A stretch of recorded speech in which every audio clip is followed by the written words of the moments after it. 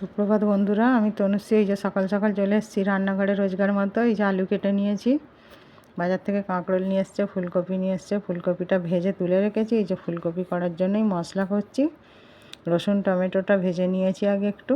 এবার হলুদ গুঁড়ো, লঙ্কা গুঁড়ো, একটু মিষ্টি সব দেবো একসাথে, দিয়ে এবার মশলাটা ভালো করে কষাতে থাকবো।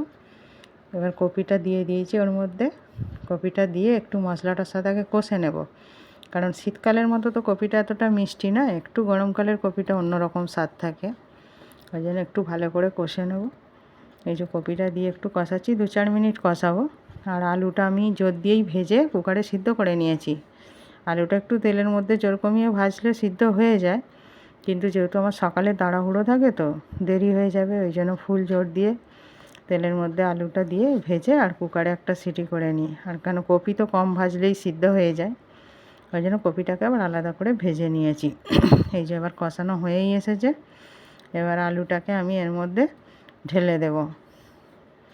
এই যে আলুটা কুকারটা খুলে নিয়েছি, এই যে আলুটা এবার ঢালবো, হয়ে এসছে। আলুটা ঢেলে দিয়ে একেবারে এবার নুন মিষ্টি সব চেক করবো আর দেখবো জলটা ঠিকঠাক আছে নাকি। এই যে আলুটা ঢেলে দিচ্ছি।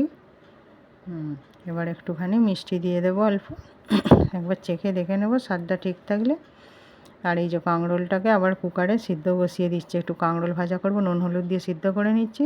আর বর এই ফাঁকে পুজোটাও করে নিচ্ছে। এই যে রান্না বান্না হয়েই এসেছে। এই যে আমি একটু বাসন মাজছি, রান্না হয়ে গেছে। এই যে খেতে বসে গেছি, আজকে ছেলে বাড়িতে আছে, ওই জন্য 3 জনের একসাথে খাবার বেড়ে নিয়েছি। ভাত, কাঁকরোল ভাজা আর ফুলকপি আলুর তরকারি। নিরামিষ একটু ডাল করলে ভালো হতো। এই যে বর বেরিয়ে পড়েছে, চলে গেল।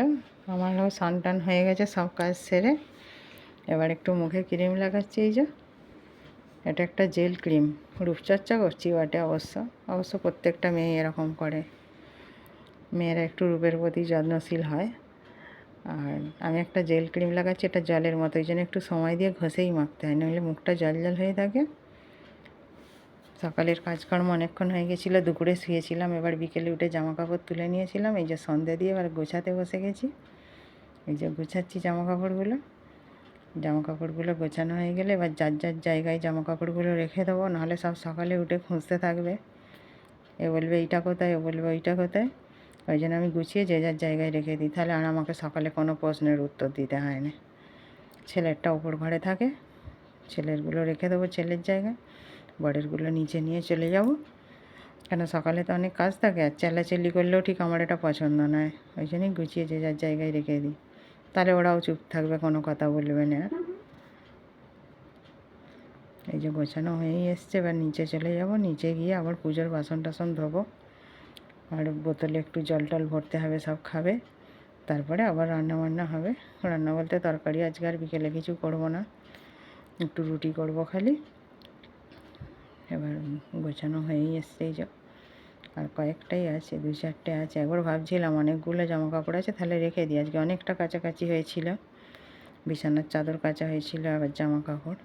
আমি অবশ্য এত জামা কাপড় হাতে কাচিনি, কারণ হাতে খুব যন্ত্রণা হয়। ওই জন্য আমি হাতে কাচাকাচি করিনি, বেশিটাই ওয়াশিং মেশিনেই করি। এই 4টে চাদর কাচা হয়েছিল, একবার ওয়াশিং মেশিনে কেচেছি। 4টে একটু চাপাচাপি হয়ে গেছে, 3টে দিলেই হতো, কিন্তু আবার একটা রেখে দেবো, ওই জন্য বলি একটু দিয়েই দিই আজকে। এই যে হয়ে গেছে গুছানো। এই চাদরটা গুছালেই এবার শেষ হয়ে যাবে, আর বাকিগুলো গুছাবো না, কারণ ওরা গায়ে দেবে রাত্রেবেলায়। আর শুধু শুধু গুছাবো কেন, কাল সকালে আবার গুছাবো। এই যে গোছানো হয়ে গেছে, নিচে চলে এসেছি। এই যে রুটি করা হয়ে গেছে, এবার খেতে বসে গেছি। আজকে বর তাড়াতাড়ি চলে এসছে, ওই জন্য রাতে একসাথে খাচ্ছি। রোজ দিন রাতে খাওয়াটা একসাথে খাওয়া হয় না। টাটা বন্ধুরা, আবার দেখা হবে পরের দিন একটা নেক্সট